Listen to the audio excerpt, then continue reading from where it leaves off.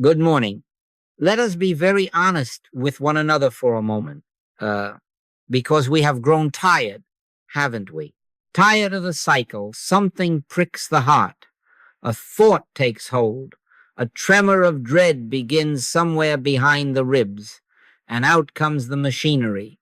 We push, we argue, we affirm, we rebuke, and the more we push the fear away, the closer it sits, like a guest who will not take a hint.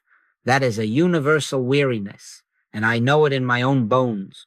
There were nights now, I don't mind telling you, when I rehearsed every line I had ever read against fear and woke no freer, only more practiced at tightening. And then one morning, perhaps after the last ounce of trying had spent itself, there was a stillness.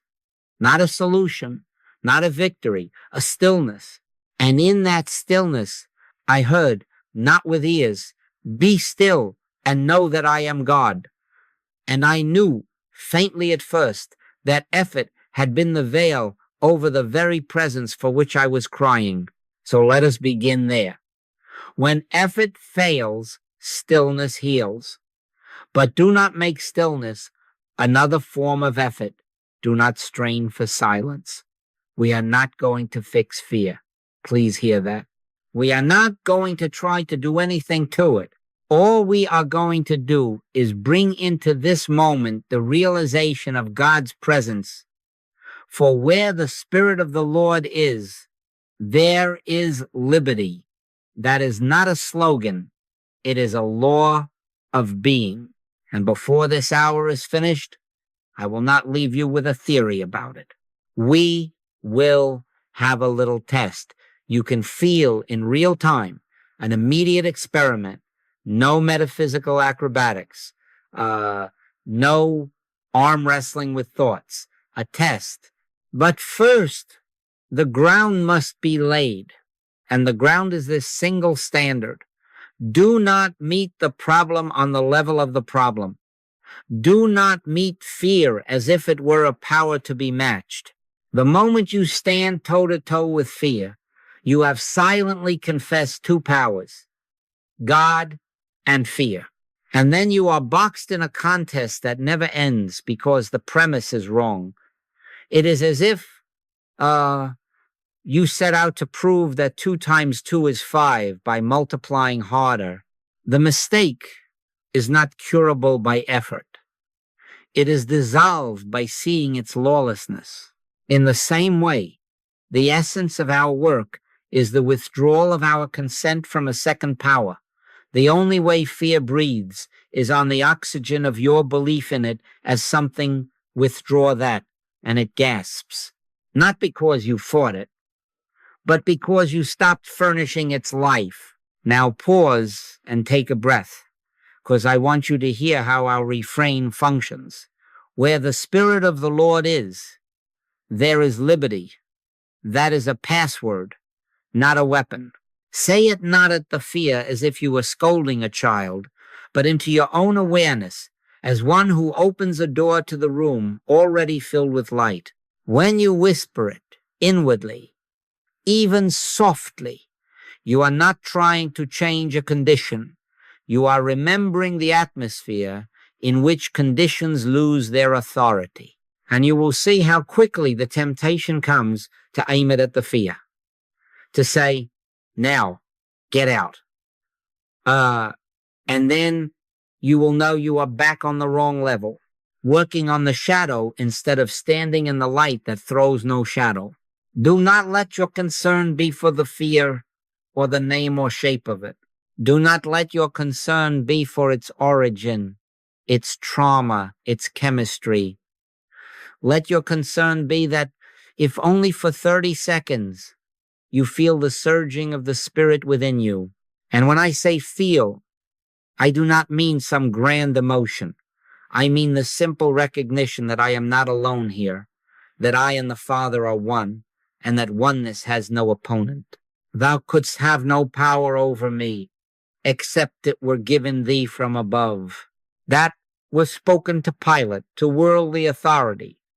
Today, you may speak it, not in defiance, but in quiet recognition, to the mental theater that parades as fear. No power over me, not because I am strong, but because there is only one power, and it is gentle, omnipresent, indivisible. Now, to be very clear, we are not postponing your freedom until the experiment later. Freedom is not in the calendar. It is in awareness. But we will, as an act of kindness to the doubting mind, submit this to a small, immediate test shortly so that you can feel the distinction between arguing with fear and abiding in presence. Until then, please take this as a rule. Do not meet the problem on the level of the problem. If you are in a low room, do not rearrange the furniture to get more sky. Go to the window, open it, and discover that the sky was always present. In other words, we change the atmosphere by realizing the presence, not by swatting at the shadows in the room. Some of you will say, but I have to do something. And I say, yes, be still. Not passive, not negligent, but still, in the sense that you lay down the sword of personal will, not by might nor by power, but by my spirit, saith the Lord. If we mean that even a little, we will stop measuring progress by how quickly the fear departs and begin measuring it by how readily we return to the password. Where the Spirit of the Lord is, there is liberty. Say it when the pulse jumps. Say it when nothing is wrong. Say it as you pour the morning coffee, and you will find that you are not using it to change the coffee or the pulse, but to seat yourself again in the atmosphere of one. I must add this, because integrity is the hinge on which the door swings. When you say, I am not trying to get rid of fear, you have to mean it. Otherwise, you are making a metaphysical bargain pretending to want God while watching the clock to see if the fear will behave. That keeps the fear alive because you have secretly acknowledged it as a second power requiring management. Drop the bargain. Seek the presence for its own sake. If the fear stays 5 minutes or 5 days, do not change your practice. We are not here to improve a condition.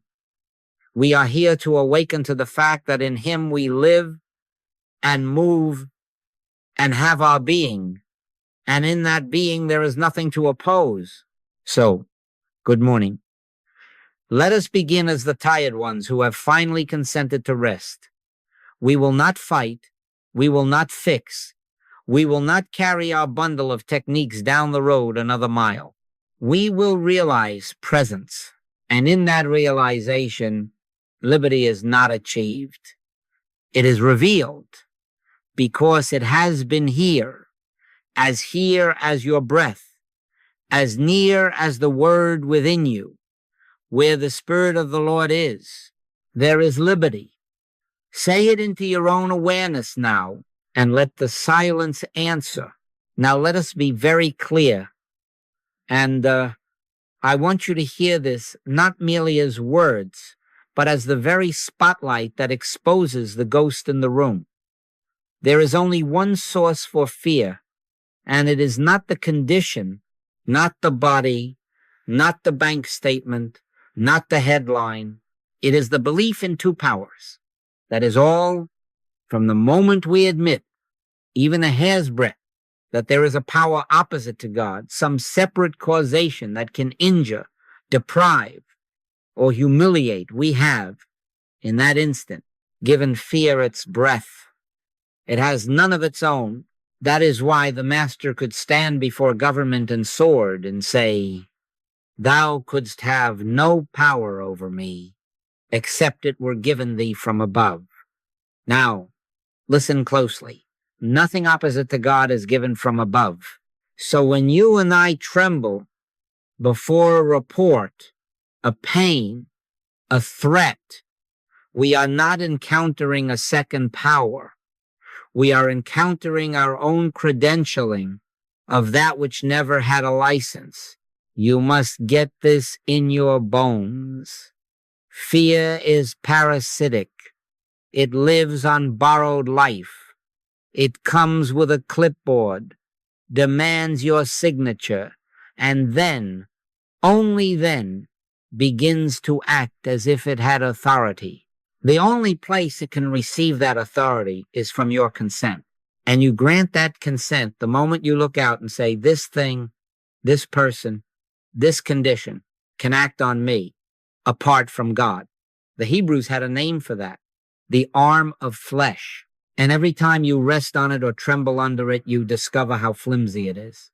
But we forget, and we think that by mobilizing our mental arguments or our affirmations, we can outshout it. No, we are not going to try to do anything to it.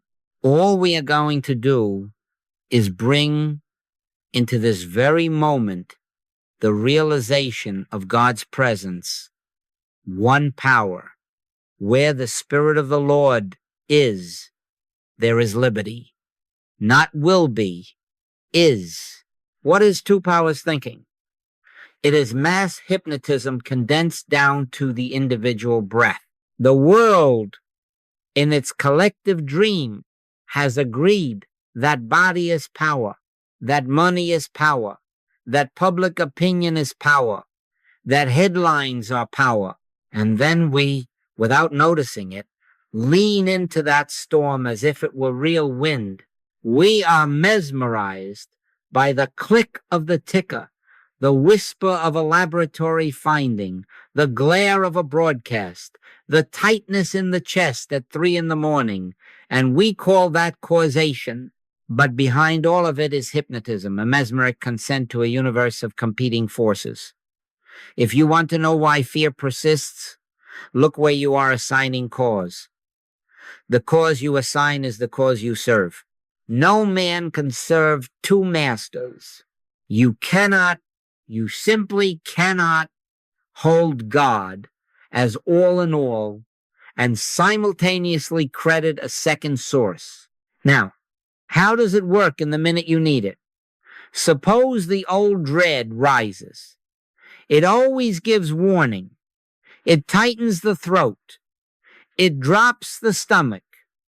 It sends your mind to what ifs. At that exact instant, this is the turning point.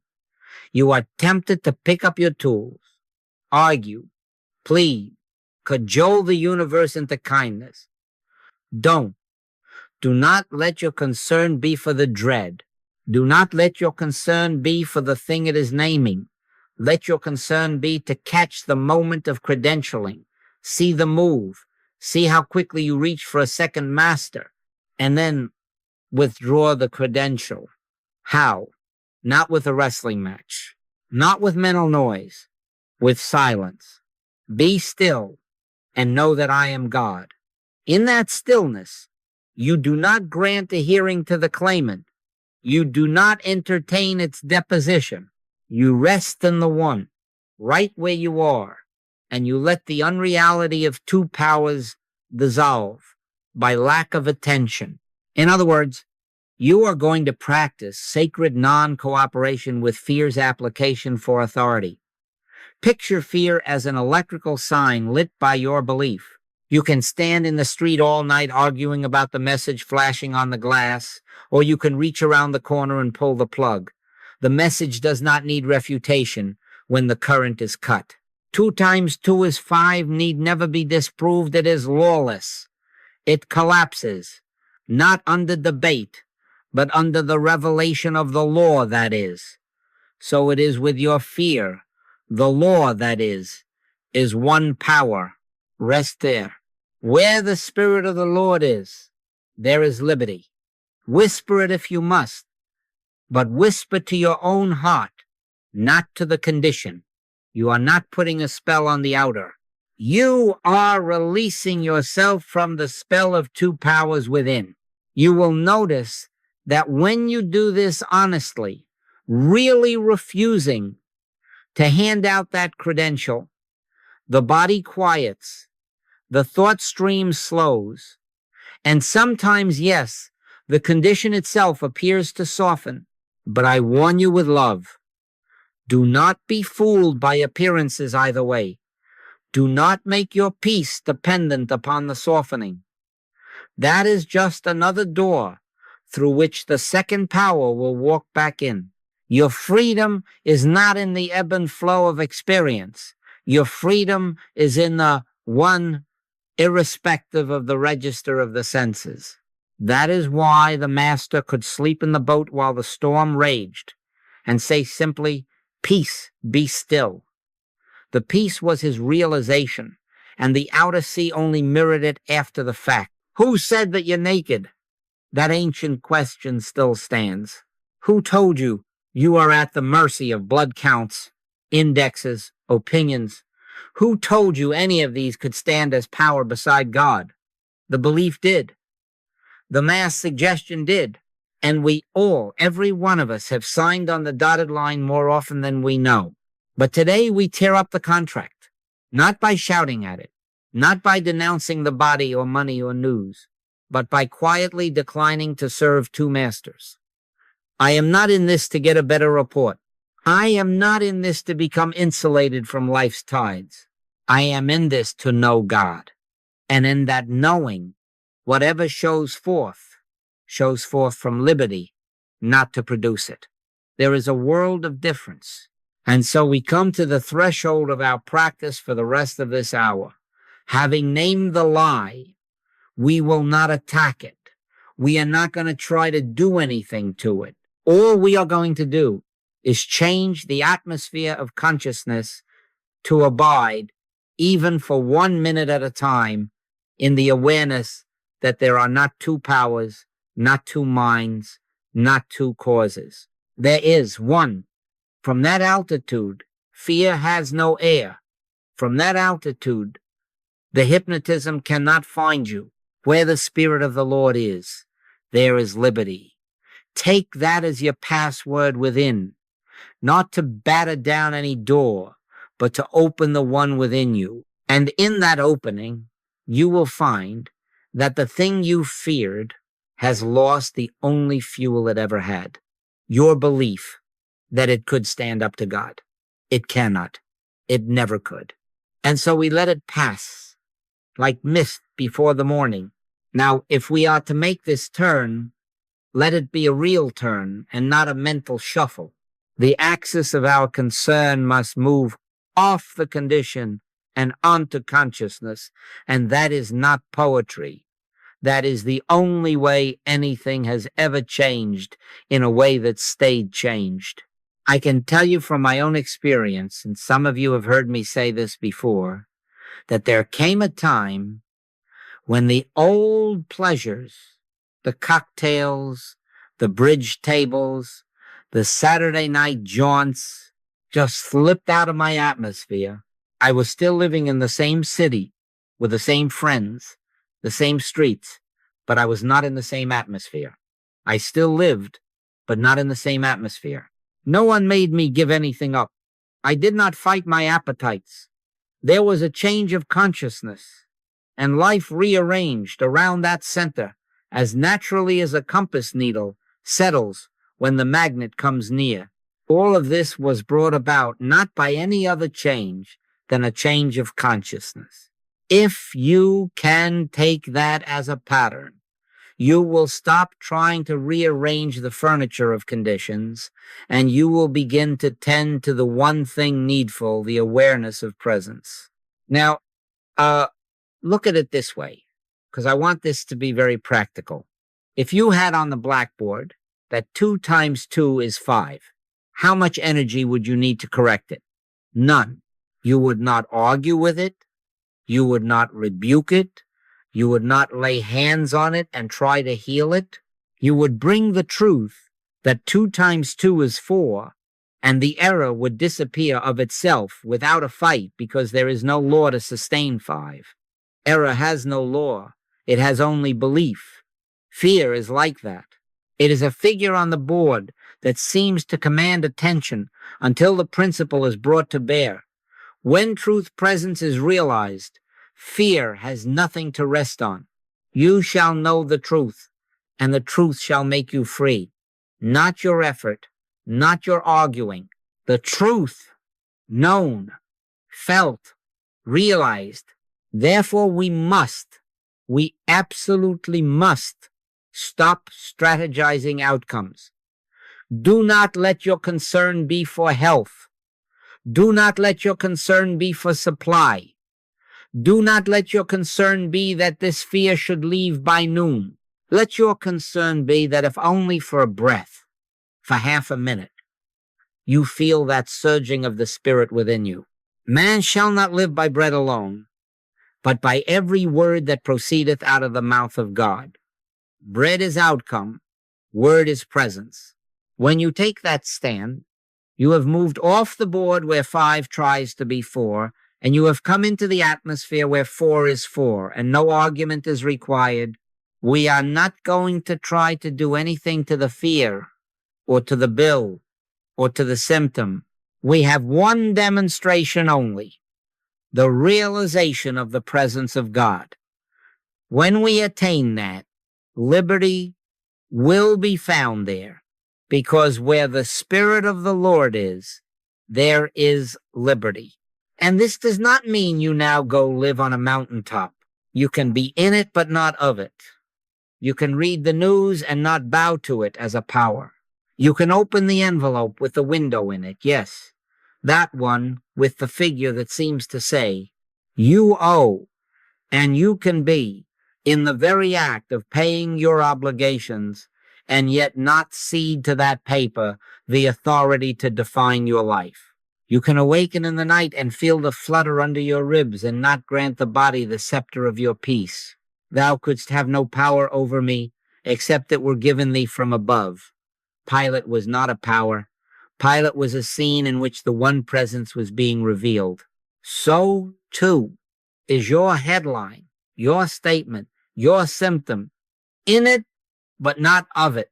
Attend to your duties, fulfill your responsibilities, and do so in the recognition that the only law operating is the law of God, the only life living is the life of God, the only mind knowing is the mind of Christ.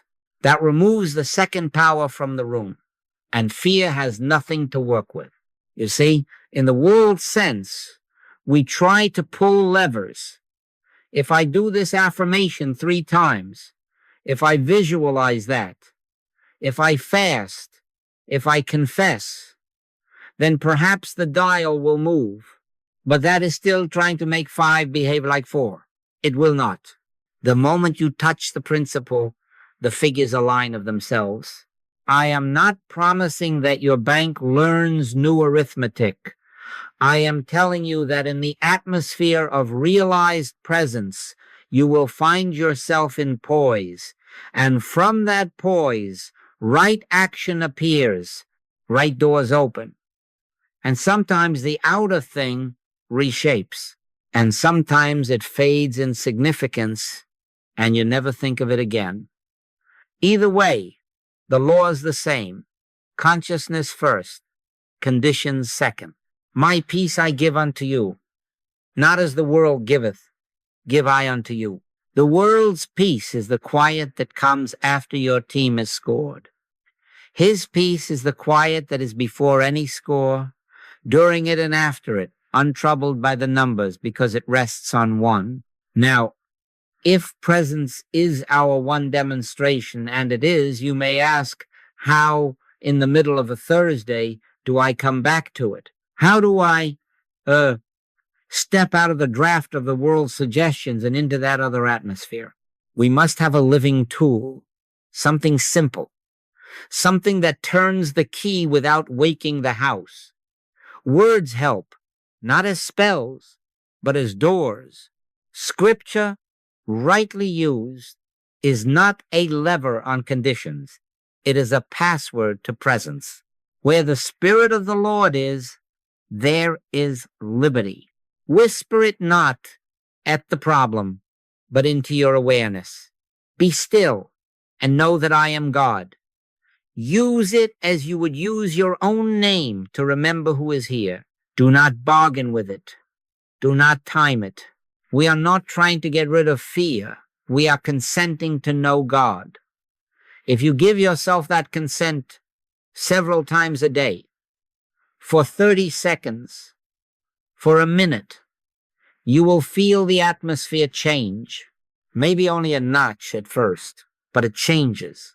And as it changes, you will discover that the news is the news, the bill is the bill, the pulse is the pulse, but you are not in the same atmosphere with them. You are in the one. And in that one, conditions take care of themselves, not by your might nor by your power, but by his spirit moving as law, as love, as the natural order of your life. Now let us put a tool in your hand. And it is not a hammer for the problem. It is a key for your own door.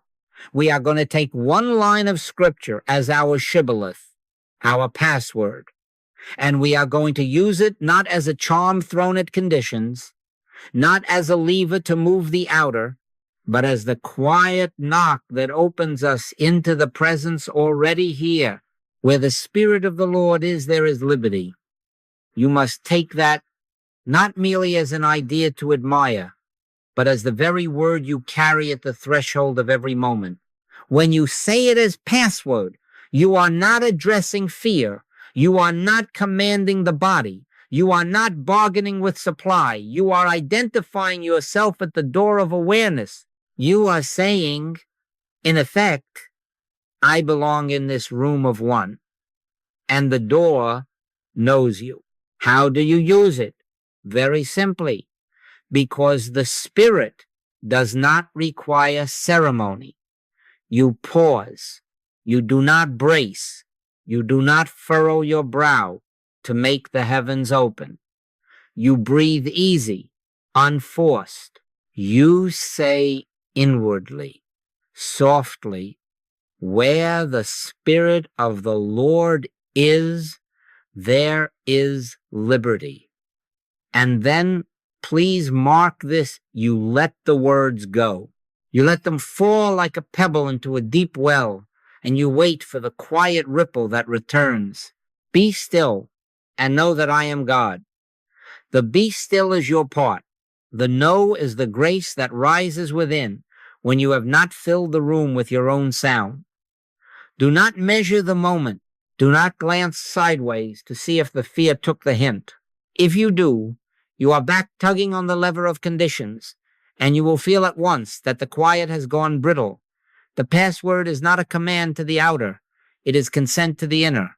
If your mind says, say it louder, say it more, hurry, smile at your own eagerness, and refuse to serve two masters. One utterance, honest, followed by silence, is worth 10,000 repetitions hurled at a symptom. Why? Because the aim is not to coerce, but to realize. We are not going to try to do anything to the fear. We are going to let the atmosphere of consciousness change by the recognition of one. If in a given minute you feel nothing but a small softening of the breath, that is enough. If in another minute you feel a warmth at the center or a widening behind the eyes, that is enough. If you feel nothing at all, you still remain, not by might nor by power, but by my Spirit, saith the Lord. Do you see? The method is not mechanical. It is relational. You are returning to the one you love. Now comes the clause without which this all becomes self-deception. When you say, I am not trying to get well, you have to mean it.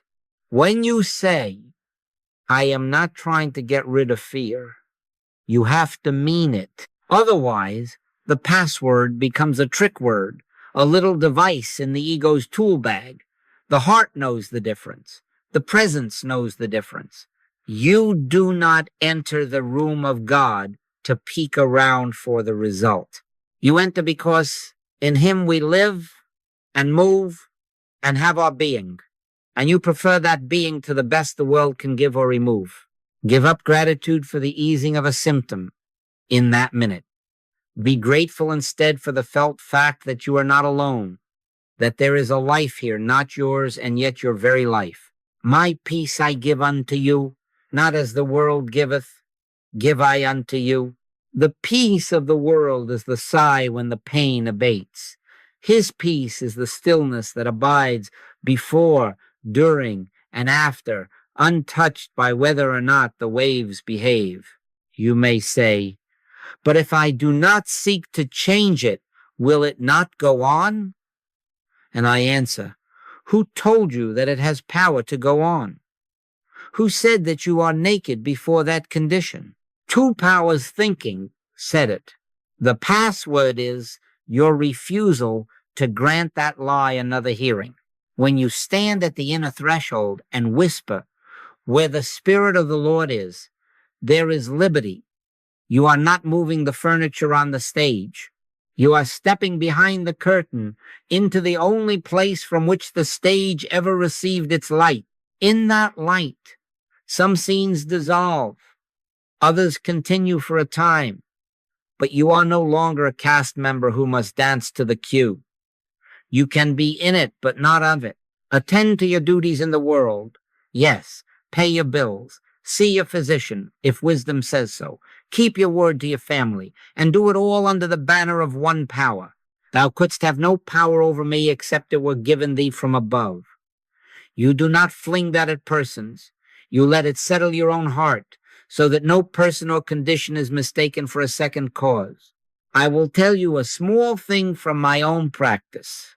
There were seasons when I thought the words themselves did the work, and I would catch myself quoting like a parrot on a fence. Nothing moved, and I grew irritated, which only proved I had been bargaining. Then one morning I said the password once and stopped. I sat as if with a dear friend, saying nothing, expecting nothing. Presently there was the most ordinary peace, nothing cinematic, no choirs of angels, and yet it was different from my quiet mood the hour before. It had authority. It had the sense of I am, the nameless assurance that needs no reason. From that day, the words were no longer a tool to pry open the world. They were the door by which I entered what was already open. That is what I want for you. Now, because the mind is practical and asks, all right, but what do I actually do when the jolt hits? We are going to make this very concrete. In a moment, we will run together what I call the one power test. It is not a contest of endurance. It is not a trick for quick relief. It is a live taste of non-reaction, anchored by the password, so that you can feel for yourself what happens when the only fuel fear has your belief in a second power is withdrawn. We will not try to push anything away. We will not gather arguments. We will bring the realization of presence, and we will sit there for 1 minute, 2 at most, and observe not the condition, but the change of atmosphere within. Before we do, settle the integrity of your intent. Say within yourself, if you will, I am not here to force an outcome. I am here to know God. If you cannot say it yet with total honesty, say it as your consent to learn honesty. That admission alone invites grace. Then take the password as yours. Where the Spirit of the Lord is, there is liberty. Let it be the key in the lock, not the hammer on the door. Speak it softly. Breathe and be still. In that stillness, the room changes. Not outside, perhaps not today, perhaps not ever in the way the senses prefer, but within. And within is where liberty lives. In 1 minute, we will begin, and you will see that no problem need move an inch for you to be free in the midst of it. Man shall not live by bread alone, but by every word that proceedeth out of the mouth of God. Take your word and meet me in the quiet. All right. Let us do this now, not tomorrow, not after you have read 3 more chapters. We will make a little room in this very moment. If you have a phone in your hand, put it down. If the television is on in the next room, Let it hum like distant traffic and pay it no regard. Pause your news feed, close the tab, lay the paper face down, sit as you are. You do not need a straighter spine than you have. You do not need a sacred posture. You need one thing only, willingness to be still. Be still and know that I am God. We are going to submit our words to the test of experience. We are going to perform what I have sometimes called the one power test, and we will feel it together. Now, call up not the worst thing first, please. We are not here to shock the system. A mild to moderate fear thought. The email you have been avoiding. The appointment you do not relish. The balance that looks thin. The twinge in the side that makes a little story when you lie down at night. Bring it to mind and very simply let it hover. Do not add its biography. Do not rehearse its consequences. Do not dress it in the uniforms of people or corporations or laboratories. Let it be as a small cloud in your sky, there and not denied, and yet without commentary. You are not denying it, and you are not indulging it. You are declining to serve two masters. No man can serve two masters. Right now, we give it no place beside God. Now once, just once, whisper the password within. Where the Spirit of the Lord is, there is liberty. Not at the cloud, not as if you were ordering a waiter, but quietly into your own awareness, as one who remembers the key to the house. And now stop trying. Do not turn the phrase into a lever. We are not going to try to do anything to it. All we are going to do is bring the realization of God's presence for the next 90 seconds. No fixing, no arguing, no affirming, no bargaining. If your mind reaches with a quick hand to pat the fear on the head or push it out the door, let the hand fall. If it tries to consult a verse as a charm, smile within and let the page close. If a counter thought springs up, like a defense attorney eager for the floor, kindly say, "Not now. We will be still and know." As we sit, simply notice the breath as it is. Do not try to deepen it. Feel where it enters, where it leaves. The breath does not need your management to prove God. It proves God by being what it is, life moving of itself. Notice the jaw. Is there a clench? Let it be. Do not make it unclench. Witness that it is there. Notice the tongue against the teeth, the roof of the mouth, the throat. Notice the shoulders where they meet the neck. Feel the weight of them. Notice the belly, not what it looks like, what it feels like from within its sway with the breath, any small drawing in. If there is a tiny release anywhere, somewhere behind the eyes, at the hinge of the jaw, under the ribs, do not chase it. We are not hunting for signs. We are letting the signs come and go while we attend to the presence. In Him we live and move and have our being. Stay with that. Now the thought may put on a little show to regain your attention. It may raise its voice. It may offer a new angle. It may wave tomorrow's calendar at you. See it and see right through it, as you would see through smoke that looks like a person in the night, and then in the morning is a coat on a chair. It has no law, no substance, no mandate except the one you sign. Do not sign. Withdraw the credential with your silence. Thou couldst have no power over me, except it were given thee from above. And since nothing opposite to God is given from above, we withhold the only fuel fear ever had, our belief in a second power. Sit in that withholding, not as a struggle, but as rest. Now, Once more, just once, whisper the password to your own heart. Where the Spirit of the Lord is, there is liberty. And let us be quiet together for half a minute.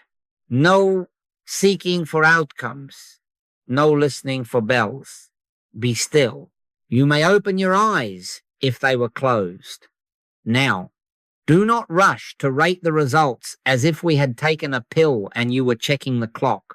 Name, instead, the simple human shifts that often appear when we stop pumping air into the balloon. Does the heat that surrounded the thought feel cooler by a degree? Do the edges of it feel less razor sharp?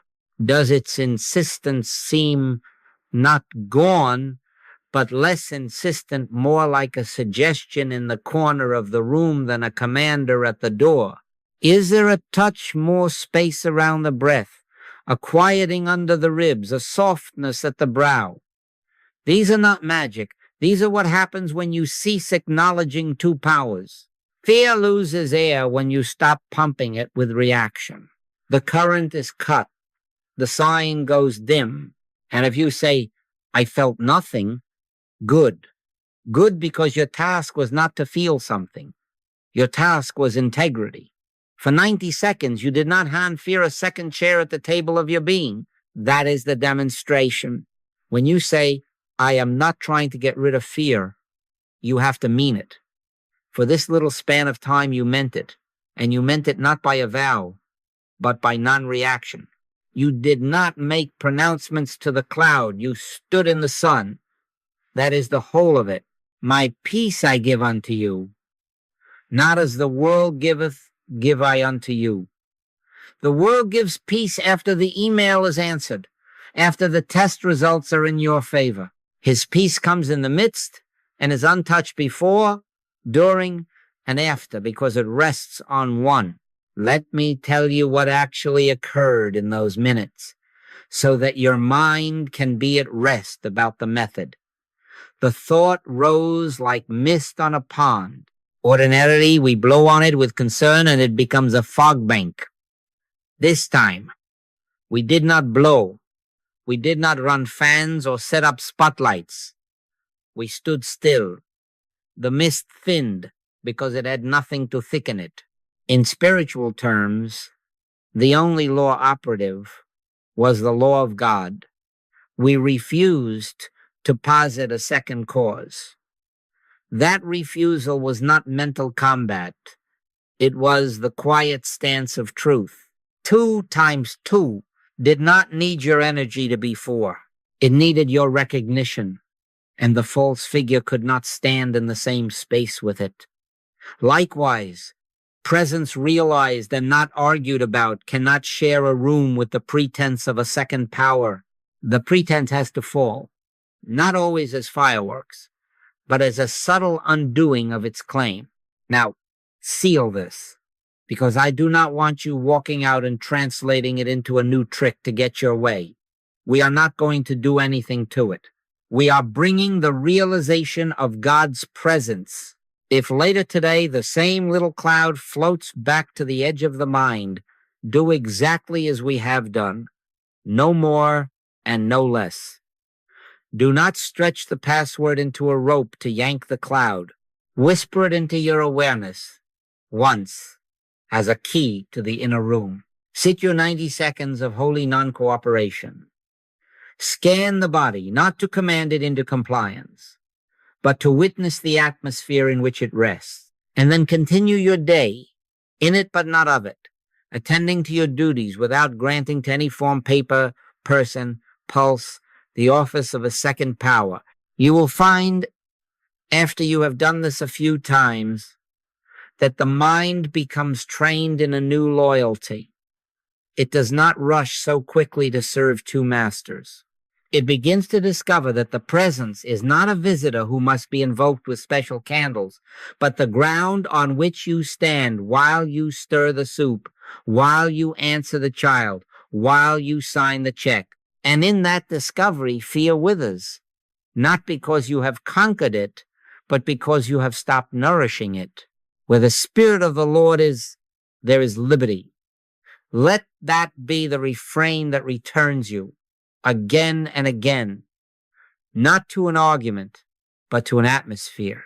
And in that atmosphere, as you have just touched, the thing you feared loses the only breath it ever had. Your consent, you have withdrawn it. You are free, not as a reward, but as a revelation of what has always been true. Now we begin. But before we take even that first breath in the quiet, let us settle it so thoroughly that the mind has no back door to run through. We are not going to try to do anything to it. Not to the fear, not to the symptom, not to the number in the account or the name on the envelope. All we are going to do is bring into this very instant the realization of God's presence. Do not let your concern be for health. Do not let your concern be for supply.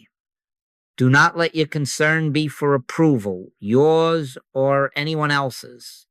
Let your concern be that, if only for a whisper of time, you feel that surging of the Spirit within you. That is the whole of it. Where the Spirit of the Lord is, there is liberty. Not when the symptom shifts, not when the bill is paid, not when the opinion turns in your favor. Where the Spirit is, liberty is. If you want a target, there it is. Presence felt. Everything else is distraction. And so we make a simple rule. Not to bind you, but to free you from the uneasiness of improvisation. At least 3 times a day, morning, sometime in the middle, and before the night, sit in quietness until a measure of inner peace is felt, and then rise. Do not bargain. Do not time it. If it is 30 seconds, fine. If it is 2 minutes, fine. If nothing in the senses changes, fine. Rise when peace, however slight, however ordinary, has brushed your surface. That is your work. Outcomes are not your work. My peace I give unto you, not as the world giveth, give I unto you. The world gives you peace when the mail is friendly. He gives you peace before the mail is opened, while you are opening it, after you have read what you did not prefer. We are cultivating the room within that receives his peace and lets it be enough. Now here is the integrity test, because without it, this becomes a pious hobby. Say within yourself, and say it so that you can hear the tone of your own heart. Sick or well, rich or poor, I am determined that the object of my life is spiritual awareness. And mean it. When you say, I am not trying to get well, you have to mean it. When you say, I am not trying to get my way, you have to mean it. Otherwise, you are only rearranging phrases on the lips while your desire kneels before a second master. No man can serve 2 masters. I know how subtle we are. We say we want God, and we mean we want God to deliver. That is fine for a beginning, but it cannot be the end. Give up gratitude for healings, for increased supply, for any form of good, and be grateful for God alone, grateful that the room within you opens, that the atmosphere shifts, that you are visited by a stillness not of your making. Whether the outer follows in 5 minutes or 5 months is none of your affair. Your demonstration is one presence realized. Now the mechanics, because your body and your mind will test you by barking at your gate. When the symptom barks, do not go out to the fence and start a conversation. Do not argue with the dog. Do not scold. Do not plead. Do not throw it a bone of affirmation to keep it quiet for a night. Answer inwardly, once with your password once. Where the Spirit of the Lord is, there is liberty. Then listen. Turn your attention within and be still. Be still and know that I am God. The stillness is the cutting of the power to the sign. The chatter outside may flash a few more times from the charge it carried, but you have pulled the plug. Do not, in that minute, look out the window to see if the dog is wagging its tail yet.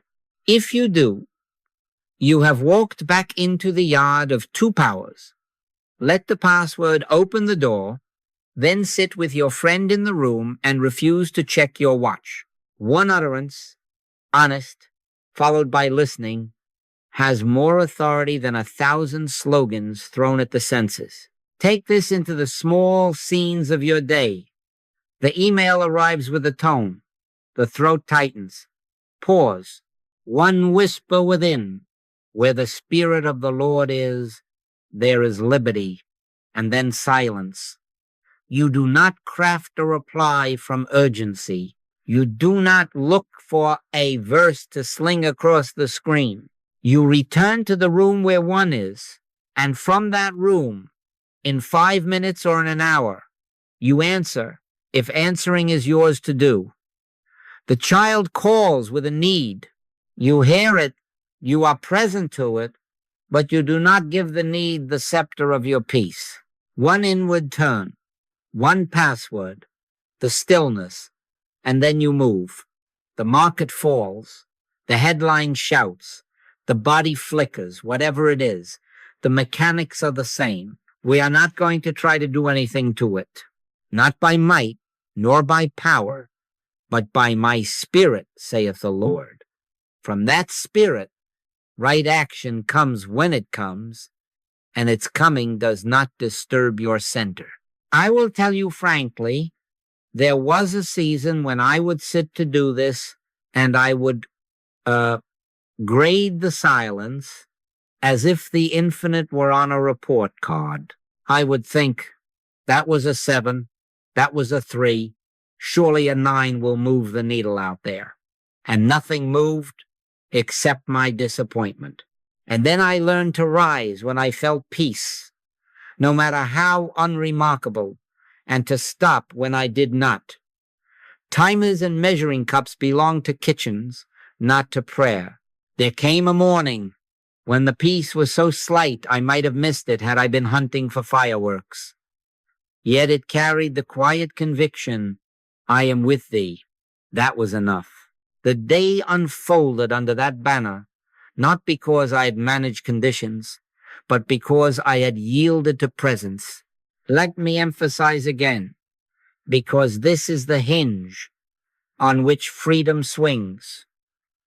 Your only task is to realize presence. Your only demonstration is the awareness of God. Stop working on the condition, and it will lose its leverage. The arm of flesh cannot hold you when you are not gripping it. Seek ye first the kingdom of God, not as a spell to be cast upon the rent, the pulse, the court date, but as the only reality worth your gaze. When the gaze is single, the light is full. When the gaze is split, God in the report, you live in the tremor of a divided house. And here is the quiet promise I want you to test all week. If at least 3 times a day you sit until peace is felt and then rise, and if when the barking begins, you answer once and then listen, you will discover something about fear that you may never have suspected. You will begin to feel that its stamina was not in itself at all. It was in your attention to it, your conversation with it, your deference to its broadcast. As you withdraw that attention and abide in one, what seemed to have claws reveals itself as shadow. In a few minutes, we will look at that more plainly, because behind the individual fear stands a wider engine, a mass sense that sells the show body, money, media, the parade of the hour. But you cannot unmask it by wrestling with its costumes. You unmask it by sitting where you do not serve 2 masters, by refusing to converse with the dog, by taking your stand in one. So for now, let the rule be simple and lived.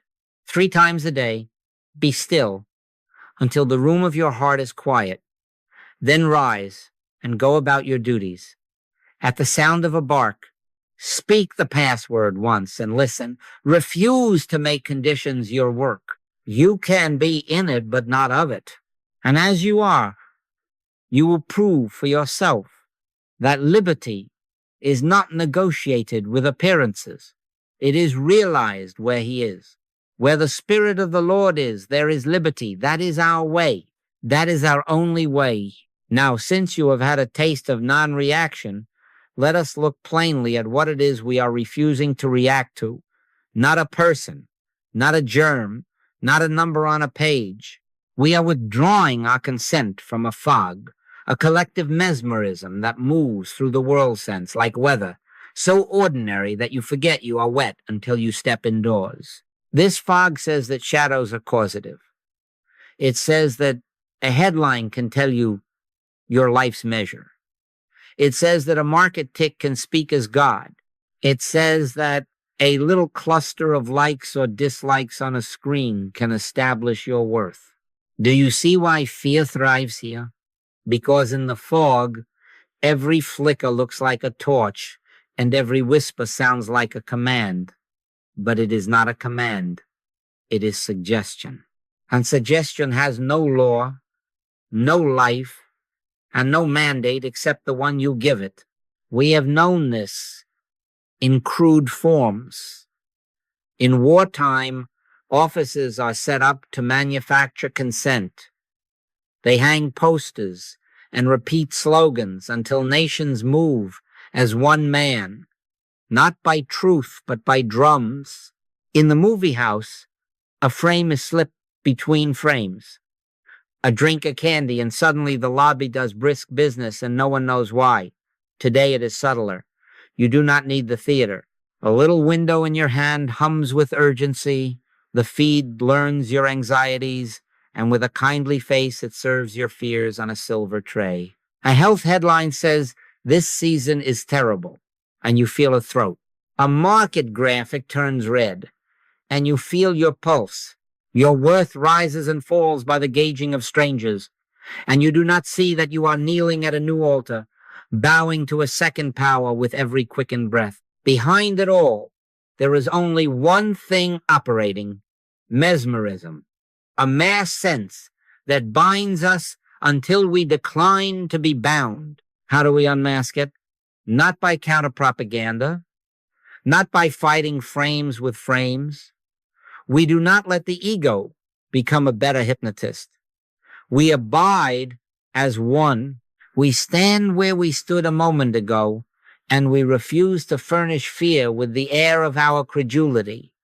Be not conformed to this world, but be ye transformed by the renewing of your mind. Renewed to what? To one power. When you come to consciousness and say within, where the Spirit of the Lord is, there is liberty. You are not rebuking a newspaper. You are not shaming an algorithm. You are not scolding your body. You are returning to the only law, the only life, the only mind. And in that return, the fog thins of itself because it has nothing to cling to. It was not a rock. It was vapor. Take the body, because that is where the fog often hugs closest. The world sense has taught us to idolize it and fear it in the same breath, to adore its pleasures and dread its changes. We have been trained to measure life by sensations, to accept every small tapping at the window as the entrance of a thief. Now hear this and hold it as your own. Who told thee that thou wast naked? Who told you that a sensation has authority to name you? This is not me. This is my body. I am invisible. I am not a collarbone, not a liver, not a rhythm under the ribs. I am the life that animates this temple, and that life is God. The body is not a power for good or ill. It is an instrument, a garment. When you cease to worship or curse the garment and instead realize the wearer, the garment ceases to frighten you. You can be in it but not of it. Thou couldst have no power over me, except it were given thee from above. Sense testimony has no mandate to govern your peace. Withdraw the mandate. Take money. The fog says dollars are gods. It says that supply lives in a vault. that the figure in a corner of a screen has the power to bless you or bankrupt you. And when the fog thickens, you will feel a pressure in the chest, as if those numerals were leaning on you. But who gave numbers that right? Who dressed arithmetic in a crown? The world belief did. The hypnotism did. Understand this. Supply is not the coin. Supply is the invisible that moves as opportunity, as wisdom, as right activity. The bills are shadows on the wall. The light is your realized oneness with the source. Attend to your responsibilities. Yes. Pay what you owe. Balance what you can balance. But do not concede sovereignty to ink and paper. Keep your citizenship in one. Take media. The fog thrives on noise. Yesterday it used the town crier. Today it uses a globe in your palm. The method is the same. Repetition until suggestion seems like fact. In the first war, they sold fear of the enemy. In the second, they refined the mechanism. Now, every hour is election hour. Every day, a breaking day. Until your nervous system believes that haste is the only prayer that works. Do not be fooled. You are not required to hate, to hurry, to harden. The peace of God is not fragile. My peace I give unto you, not as the world giveth, give I unto you. The world gives you a lull between alarms. He gives you presence, in which alarms cannot be sovereign because there is no second power to sponsor them. I want you to have a picture that will endure longer than the headline. In 1492, they said the sea had an edge. Men diagrammed it. They taught their children that beyond a certain blue line, the world dropped away and monsters fed. And so reasonable people stayed home. Then a ship went out, and when it reached the so-called edge, the edge had moved. It receded. They sailed again and again, and always the edge fled, because there never was an edge. There was only horizon perspective appearing to be a boundary until consciousness went forward. That is mesmerism. It says, here is the limit of your health. Here is the edge of your funds. Here is the border of your worth. Cross and you fall. Travel a little in one power. Abide a little in realized presence, and you will find the edge retreating. It is not that you conquered a monster. It is that there was no monster to fight, only a drawing on a map that frightened children. Now, I am not asking you to deny what your eyes report. I am asking you to deny its causative place. To see the nothingness of suggestion is not to shout at it. It is to ignore its application for a second chair. When the body speaks, listen as one listens to weather, not to worship it, not to battle it, but to be wise in the day while remaining in the atmosphere of God. When the market shouts, do your arithmetic and do not move your heart. When the feed flashes, read. If wisdom says read, and then lay it aside as you would any other noise in a waiting room. Man shall not live by bread alone, but by every word that proceedeth out of the mouth of God. Bread is the outer, word is the inner. Live by word. Keep your password. Whisper once. Where the Spirit of the Lord is, there is liberty. And then do not argue. Abide. In that abiding, the spell falls, not as the victim of your might, but as the inevitable end of a suggestion that has found no believer. This is the whole secret of exposure. What looked like power was only hypnosis. You do not need a sword to cut fog. You need the sun. Bring the realization of presence.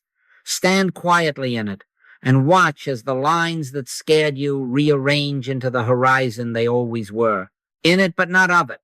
Attentive in your duties, unenslaved in your being. And as you practice this today, tonight, tomorrow, the mind learns its new loyalty. It ceases to rush to serve two masters. It rests in one, and resting in one, you will see that liberty was not purchased, it was revealed. Where the Spirit of the Lord is, there is liberty. Let that be your atmosphere, and there the fog has no place to live. Now, let us be very plain, because if we are not honest about the road we have walked, we will mistake milestones for the destination. There are stages to this surrender, not as rungs by which to climb to God. God is not far off, but as clarities through which the fog of two powers thinking thins.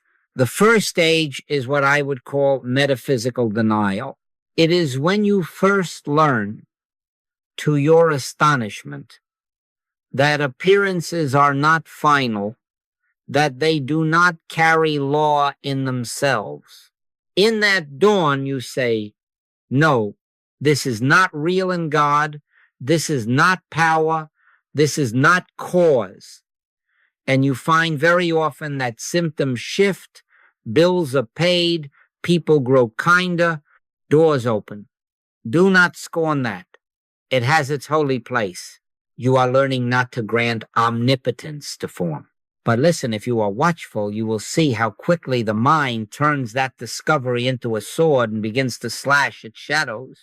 You deny again, you rehearse the right phrases, you throw them at the cloud, and when the cloud persists, you deny harder, and now without knowing it, you are back serving two masters, God and the appearance you are busy pushing. The denial is a window. It is not the view. Use it to see through, not to fight with. Who told thee that thou wast naked? When the mind answers with 1,000 reasons, you know you have not yet left the first room. From there we usually move, and I certainly did, into what I would call the mental life. And in its season, it seems in advance. We replace so-called bad thoughts with good ones. We catch the worry and put in its place a serene sentence. We cultivate optimism. We visualize. We practice gratitude lists. We sing over the grave and paint the fence to look like a palace. It has value. A mind trained to prefer beauty over doom is a kinder neighbor. But do not be fooled by its polish. It is still effort-based. It is at heart a conversation with a second power. You are still out at the fence with the dog, soothing, scolding, petting, and in your hand, whether you call it a treat or a rod, is the arm of flesh. I know this game. I played it a long time. I could quote a verse at dawn and another one before lunch, and I would go to bed exhausted by all the good thinking. The fruit? Mixed. Some nights there was relief.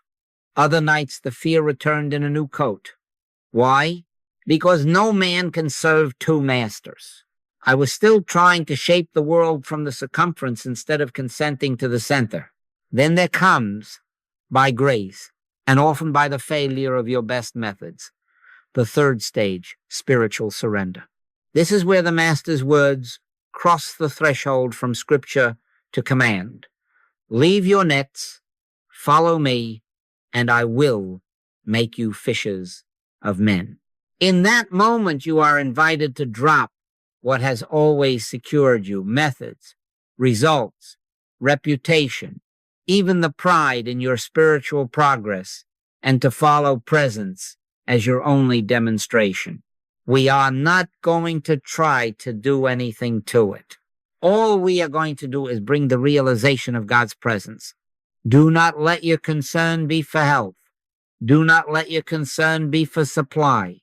Let your concern be that you feel that surging of the Spirit within you, however small a brush against the shore. Seek ye first the kingdom of God, not that the world be rearranged to your taste, but that you live where the world has no scepter. And with that comes the strange sweetness of a new peace. My peace I give unto you, not as the world giveth, give I unto you. That not as is the gate. World peace is the sigh when the symptom yields. His peace is the stillness that abides while the wind still toys with the curtains. Now, between the second and the third there is a valley, and Scripture does not blush to name it. Yea, though I walk through the valley of the shadow of death, I will fear no evil. You must face death, not the burial of your body, but the death of material sense, the death of your appetite for outcomes as your God, the death of your right to require that life justify itself to you with evidence before you consent to trust. It is here, you say, and mean if only for a moment at a time. I am not trying to get well. I am not trying to win. I am not trying to keep them or lose them. I am here to know God, and you will feel, as surely as I did, the little panic of the net slipping from your hands. Who am I if I am not the one who manages? Who am I without the ledger of victories? And the answer that rises from the quiet is not a sentence but a presence. I am. Be still and know that I am God. The be still is your surrender. The know is the gift. When you accept that, even for one breath, you have tasted the end of fear, not because the shadow vanished, but because you saw it as shadow. Thou couldst have no power over me except it were given thee from above. And since no opposite to God is given from above, the shadow cannot command your bow. How do you know you have passed even a little into this third room? The marker is not a certificate. It is a tone. Spontaneous non-reaction. You find, to your astonishment, that you do not answer the bell anymore. The email arrives with a bark, and you forget to flinch. The body makes a little drama, and you hear it as you would hear traffic 2 blocks away. The market posts its red arrows, and you remember to breathe before you remember to calculate. You are not practicing non-reaction as a technique. You are not biting your tongue and sweating through your shirt. You simply are not reacting because there is nothing in you consenting to a second power. The one power test has trained the atmosphere of your consciousness until the dog can bark itself hoarse at the fence and you do not go out. Where the Spirit of the Lord is, there is liberty. Liberty from what? From the compulsion to manage appearances.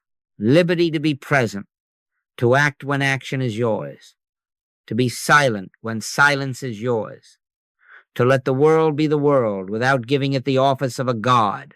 Do not hear this as a ladder to climb by might. You do not wrench yourself into surrender. You create, day by day, the atmosphere in which surrender becomes natural. 3 times a day you sit until peace is felt and you rise. At the bark, you answer once with the password and listen. When tempted to measure progress by results, you refuse to sign that old contract. If today you catch yourself arguing with a cloud, smile and return. If tomorrow you forget and throw a whole arsenal at it, smile and return. We are not going to try to do anything to it. We are going to live where one is and let one be the law of our being. Over time, and I have proved this, and you will gratitude detaches itself from outcomes and rests in God alone. Sick or well, rich or poor, applauded or ignored, the object of your life becomes spiritual awareness. Then maturity is no longer a posture. It is the quiet fact of a heart that serves no rival. And in that service you will find, without trying, that fear has nothing left to feed on. Its bell rings, and there is no dog. Its shadow looms, and there is the sun. Where the Spirit of the Lord is, there is liberty. That is the end of fear, not as an achievement, but as the revelation that one power was always all. Now we must be honest, quietly, kindly, but without wiggle room, because if we leave one small corner for self-deception, Fear will keep its office there and call it prudence. Many of us say, and I have said it, I seek God. We say it in church language. We say it in kitchen language. We say it to friends and to ourselves. Don't be fooled by it. Most of the time, we mean we seek God to deliver. We mean we want the presence of God as a very reliable handyman. That is a beginning. And I do not despise beginnings, but it is not integrity. No man can serve two masters. If what you are after is relief, be candid and call it relief, because only when the appetite is named can it be surrendered. Our way is one power. You have no demonstration to make from this day onward except one, the realization of the presence of God. We are not going to try to do anything to it, to the condition, to the person, to the number. All we are going to do is bring into this very instant the realization of God's presence. Where the Spirit of the Lord is, there is liberty. So here is the integrity exercise.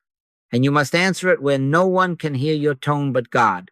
If this condition lingered, if it lingered past the next visit, past the next paycheck, past the next holiday, would you still set aside your quiet 3 times a day until you feel that surging of the Spirit within you? Not to bargain, not to prove a point, but because presence has become your object? Answer plainly. If the body went on with its flickers, if the email did not soften, if the market line stayed red, would you still keep your appointment with God for God's sake? If the answer in your belly is no, not really, then you know where the work is. Do not condemn yourself. Just be true. You are not yet seeking God. You are seeking what you believe God can hand you. That is 2 powers thinking wrapped in a prayer shawl. And as long as you serve 2 masters, fear keeps a lever on you, because the outcome is your God, and outcomes are win. Now let me show you the inversion that saves you from that trap. Give up gratitude for healings. Give up gratitude for raises. Give up gratitude for approvals and for smoother days. Be grateful for God alone. I know how that sounds. It sounds almost un-American, as if we are spitting in the face of good fortune. We are not. We are refusing to train our hearts to kneel to effects. My peace I give unto you, not as the world giveth, give I unto you. The world gives you a reason to feel safe. He gives you safety. The world gives you a low. He gives you peace. Begin today and say it as prayer and as practice. Father, I am grateful that I can feel thy presence. I am grateful for the room within me that opens to thee. Sick or well, rich or poor, I am determined that the object of my life is spiritual awareness, and mean it. When you say, I'm not trying to get well, you have to mean it. This is not cynicism. It is confidence that where the Spirit of the Lord is, there is liberty. Already, before a thermometer moves, before a boss smiles, before a headline cools, to help the heart make this turn, take a page, yes, a literal page, and write across the top, today I let go of, and finish the sentence as many times as the hand requires. Today I let go of relief on my terms. Today I let go of the raise. Today I let go of their apology. Today I let go of the image I keep in the mirror. Today I let go of the good report by Friday. Today I let go of needing to be understood. Today I let go of proof. List them until the edge in you softens. Then, without flourish, sign the page with your password as seal and witness. Where the Spirit of the Lord is, there is liberty. Fold it and put it away, not as a contract with fate, but as the memorial of a choice you have made to seek first the kingdom of God, and to let all else be added or not added without your bargaining. Man shall not live by bread alone, by outcomes alone, but by every word that proceedeth out of the mouth of God. Let this be your bread. You will be tempted, before the ink is dry, to peek and see if the sky has changed because you signed the paper. That is the old habit. Smile and return. Your rule has not altered. 3 times a day, sit until peace is felt and rise. At the sound of the bark, answer once. Where the Spirit of the Lord is, there is liberty. And then listen. Do not let your concern be for health. Do not let your concern be for supply. Let your concern be that you feel that surging of the Spirit within you. If you find your thank yous tumbling out when a bill is paid, catch one of them and turn it. Father, I thank thee for thy presence. If you find your heart souring when the bill is not paid, catch that too and turn it the same way. Father, I thank thee for thy presence. You are schooling the soul to love the giver rather than the gift, to love the light rather than the shadows it throws. Someone will say, but if I give up gratitude for healings, won't my faith go limp? No. You will discover that what you called faith was often appetite. Real faith is the rest that comes when your gaze is single. If therefore thine eye be single, thy whole body shall be full of light. Single to what? To one power. Single to presence as the only demonstration. Then whether forms brighten this hour or the next is not your work, and fear loses its only purchase, your investment in an outcome. You can be in it, but not of it. That is integrity. Test this in the simplest ways. The next time a friend praises you and your heart rises, bless them and return within. Father, I thank thee for thy presence. The next time a friend withholds praise and your heart dips, bless them and return within. Father, I thank thee for thy presence. The next time the body sighs with relief or with discomfort, the next time a number surprises you or disappoints you, practice the same turn. In a week, you will feel the atmosphere altering. In a month, you will notice that you have forgotten to beg. In a year, you will not know the person who used to bargain with the sky. Whom have I in heaven but thee? And there is none upon earth that I desire beside thee. That is not poetry when it becomes your choice. It is your sanity. So I ask you again, not as a judge, but as a friend, what are you really after? If you are after comfort, you will be forever frightened by its passing. If you are after God, you will live where comfort cannot rule you, and comfort will come and go without owning your peace. Choose and choose today. Write your page. Sign it with the password. Sit in your quiet. Speak once and listen. And when the mind whispers, but what about? Answer it with the truth you now love. We are not going to try to do anything to it. All we are going to do is realize God's presence. Where the Spirit of the Lord is, there is liberty. In that liberty, fear has no second chair. Now we make it simple enough to live with, because if it is not lived with, it is only lovely language. A rule of life is not a cage, it is a room you return to until the air of that room becomes the air of your whole house. 3 appointments with God each day, morning, sometime in the middle, and night, and in each you will do only one thing. Sit until peace registers, then stop. Give yourself a window, 5 to 15 minutes, not as a stopwatch, but as availability. If the peace brushes you in 30 seconds, rise. If it tarries, sit gently until either peace arrives or your window closes, and then rise without scolding yourself. We are not going to try to do anything to it. All we are going to do is bring the realization of God's presence. My peace I give unto you, not as the world giveth, give I unto you. The world's peace comes after. His comes first. So morning before the feed, before the bills, before the mirror, sit, breathe, whisper within once if you need the door opened. Where the Spirit of the Lord is, there is liberty. And then listen. Midday, let the world have its lunch. You have your quiet. Close the office door. Sit in the car. Take a walk to the end of the hall, 5 to 15, and listen. Night, put the day back into his hands and let him be responsible for what your mind is not built to carry. Sit, feel the brush, and sleep in that atmosphere. Then, because life rings the bell between appointments, establish a trigger protocol so simple that in heat you will remember it. When the headline shouts, when the bill arrives with teeth, when the body taps its little hammer, step aside for 90 seconds.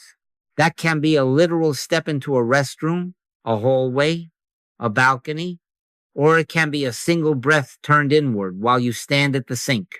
Answer once with your password once. Where the Spirit of the Lord is, there is liberty. Then be still. Be still and know that I am God. No debate, no bargaining, no checking the symptom to see if it liked your sentence. If the situation still clamors after your 90 seconds, return to your task without granting it a throne. If it barks again, you may step aside again. But do not multiply words.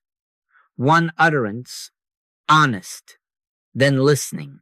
This is not technique.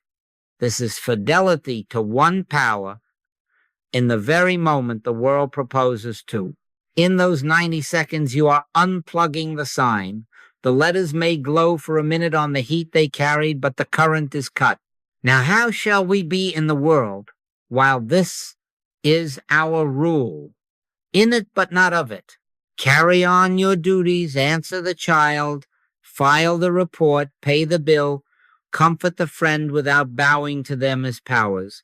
You can sit with a sick one without worshiping the sickness. You can meet a deadline without ceding your peace to the clock. You can be informed without being inflamed.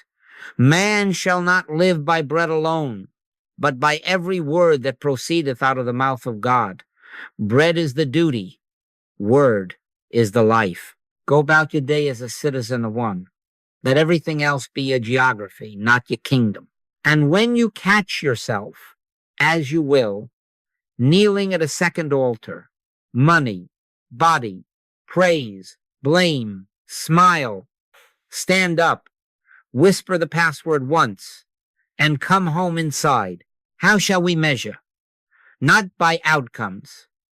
Do not keep score by what moved out there. Do not make a ledger of healings and windfalls and then call that your spiritual report card. Keep watch for a deepening, reliable, quiet. The signs of progress are these. You remember earlier in the spiral to turn within. You need fewer words to enter the room. You rise kinder without trying to be kind. You forget to react. You go a whole morning without consulting the world for your identity. The peace that visits begins to feel like the native air of your being. Ask yourself at night, not what changed, but was I faithful? Did I keep my 3 appointments? When the bell rang, did I step aside for 90 seconds and listen? Was there, however slight, a surging of the Spirit within me? If yes, be grateful for God alone. If no, be gentle and keep the rule tomorrow. Watch and pray, not to protect a result, but to cultivate an atmosphere. On days when nothing seems to come, keep the appointments anyway. Sit in the honest emptiness and let your very fidelity be your prayer. The feeling is not your savior. God is. There were seasons when I sat, and I felt as if I were listening to silence. Listen to me. Those were not wasted sittings. Out of them there came a sturdiness, a kind of quiet spine that did not need fireworks to stand up in a wind. Do not time God. Do not grade the peace. Rise when it comes. Stop when it does not. And trust that your faithfulness is building the room in which his voice is heard. If it helps in the beginning, keep a small card where your hands go often, a single line, where the Spirit of the Lord is, there is liberty to remind you of your citizenship. Not as a talisman, not as a charm to be rubbed, but as a bell that calls you home. Better still, write it where Scripture tells you to write it, upon the tables of your heart, so that wherever you are, the password is nearer than breath. And remember, each return is not a retreat from life. It is an advance into life. From that life, you will do what needs doing, and you will omit what needs omitting. And both without strain, when you rise from each appointment, seal your going with the refrain, and take it with you into the stream. Where the Spirit of the Lord is, there is liberty. Liberty to answer the phone without fear, to open the mail without flinching, to love without bargaining, to work without worshiping work, liberty from the compulsion to manage appearances, liberty as the simple fact of one. And as you practice this rule of quiet, morning, middle, night, 90 seconds at the bark, in it but not of it, you will watch with a kind of tender astonishment as fear loses air. It tries to swell, and you do not blow. It asks for a second chair, and you do not furnish it. No fight, one power. Stop working on the smoke and live in the fire that does not consume. My peace I give unto you. Seek ye first the kingdom of God. Where the Spirit of the Lord is, there is liberty. Let that be the atmosphere of your days. In that air, fear cannot breathe. Thank you.